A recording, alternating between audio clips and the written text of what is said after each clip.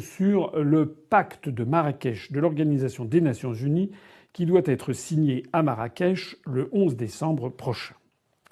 Ce pacte concerne un pacte sur les migrations au niveau international et suscite beaucoup d'inquiétudes et beaucoup de rumeurs.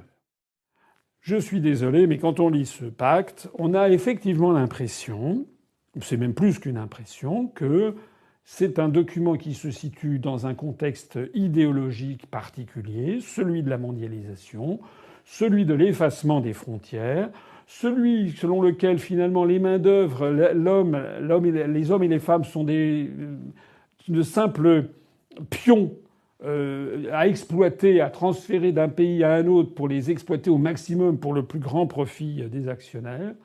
On ne tient pas compte ou peu compte du problème tout simplement de l'identité nationale, de la volonté des peuples d'être toujours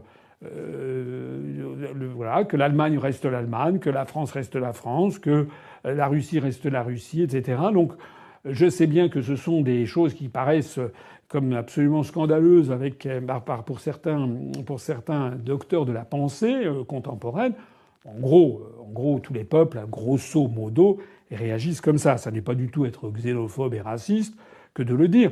Il est normal qu'un pays comme par exemple la France, où il y a actuellement au minimum plus de 3,5 à 4 millions de chômeurs, et encore en se limitant à la seule catégorie A, dans un pays comme la France où le niveau de vie ne cesse de dégringoler, il est assez normal que les Français aient un sentiment de dire c'est pas maintenant que l'on va accueillir de nouveau des flux migratoires importants. D'ailleurs, il y a, d'après les sondages, je crois que c'est 80% de la population française qui est sur cette longueur d'onde.